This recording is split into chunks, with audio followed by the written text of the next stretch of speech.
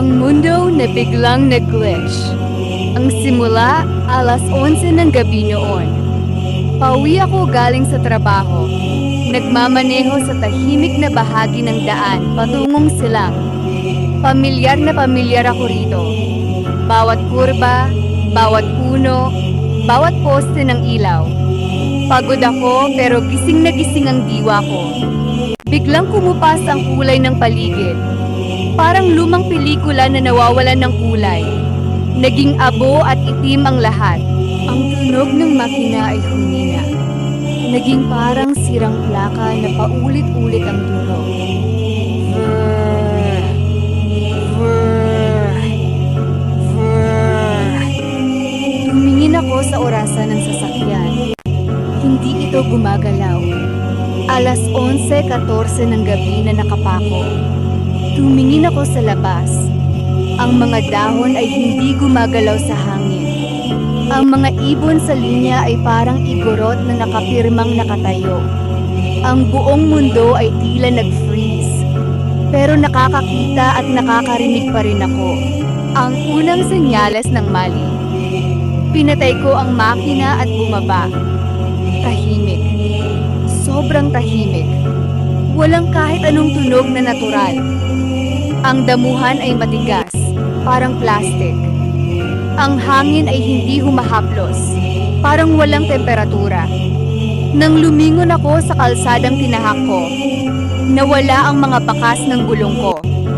Ang asfalto ay makinis na parang bagong latag, walang marka. Tumingin ako sa poste ng ilaw sa tapat ko. May nakasulat na numero. Poste 217. Lumakad ako ng 5 hakbang palayo. Lumingon ulit. Naging poste 200 na ito. Umatras ako ng 5 hakbang. Bumalik sa 217. Pero sa likod ko, wala na ang daan pa uwi. Puro pader ng makapal na hamog na hindi matagos ang tingin. Parang ang espasyo ay nagbaluktot. Hindi ko maipaliwanag pero alam kong hindi na ako nasa karaniwang daan. Ang paulit-ulit na larawan. Bumalik ako sa sasakyan at sinubukang tumawag.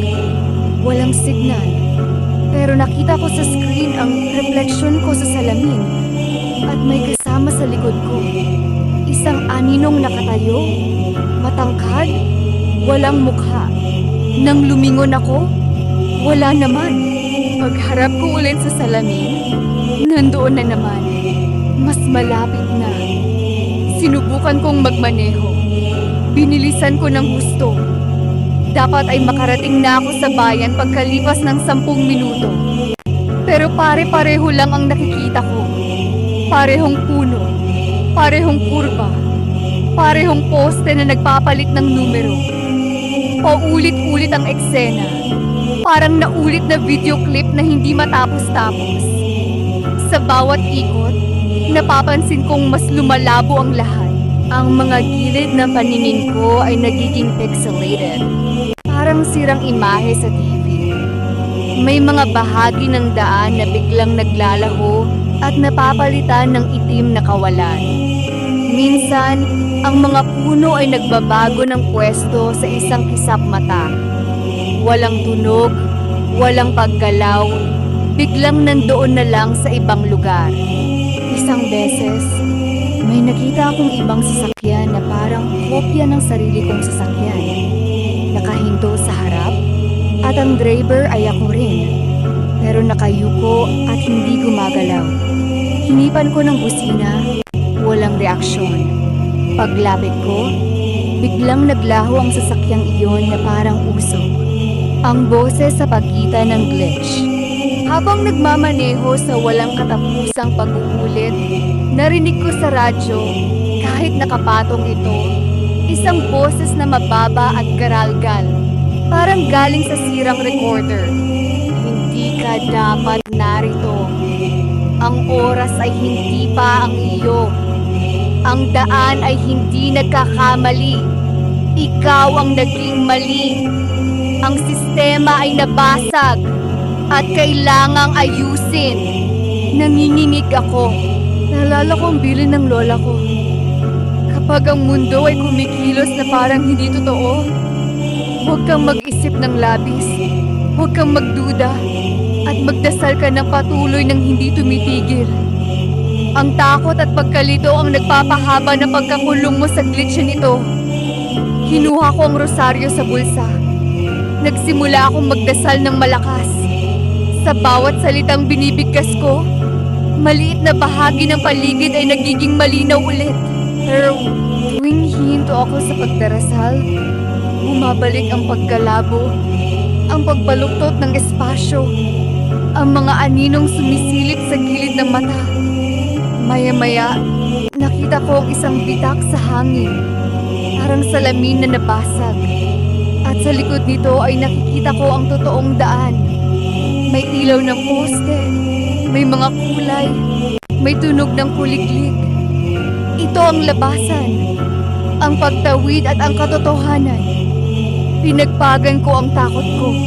Tinapakan ko ang gasolina ng buong lakas at itinutok ang sasakyan sa bitak na iyon. Habang tumatakbo, ang buong paligid ay nagkagulo. Nag-iikot ang mga tanawin. Nagkakapalit-palit ang mga anyo.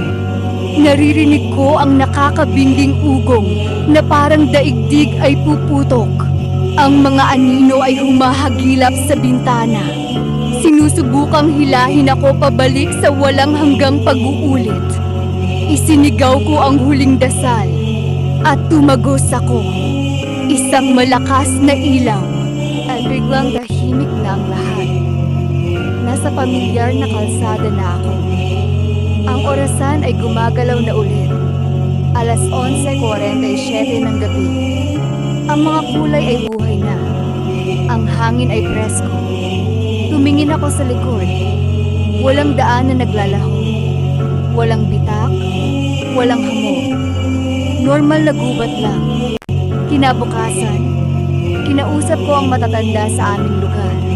Sinabi nila na ang ganitong karanasan ay hindi pa naginip. Ito ay pagkakamali sa pagitan ng dalawang mundo. Tinatawag nilang ang pagkakabasag. Minsan, kapag ang iyong isip ay pagod, o ang lugar ay may matandang kasaysayan, o napadpad ka sa lugar na hindi dapat daanan, nahulog ka sa puwang kung saan hindi tama ang oras at espasyo. Ang mga taong nakabalik ay sinasabing may bahagi ng kanilang alaala na naiwan doon. Minsan, nakikita pa rin nila ang mga bagay na biglang nagbabago, o naririnig ang boses na humihingi ng kapalit.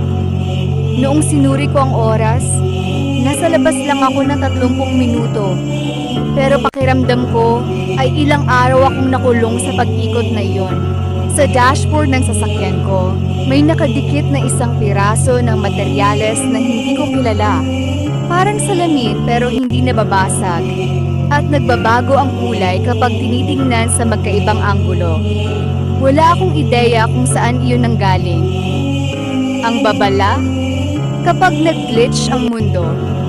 Kapag naramdaman mo ang mga ito, huwag kang magpapanik. Pero umalis ka agad. Ang paligid ay nagiging kulay abo, malabo, o parang gumagalaw ng paurong. Ang mga orasan o numero ay humihinto, nagbabago, o nauulit. Ang mga bagay ay nawawala, nagpapalit ng pwesto, o hindi na tumutugma sa alala mo. Tahimik ng sobra, walang huni ng hayop, walang hangin, walang natural na tunog. Huwag mong susubukang galawin, hawakan, o suriin ang mga kakaibang bagay na nakikita mo. Huwag kang magtatagal! Huwag kang lilingon! Ang ganitong lugar ay hindi para sa atin. Ito ay parang sirang bahagi ng isang kwento na hindi dapat basahin ng buo. At higit sa lahat, kapag nakabalik ka na sa normal, huwag mo nang babalikan ng lugar na iyon. Dahil ang lugar na iyon ay maaaring naghihintay na muling magbukas ang pinto para sa iyo.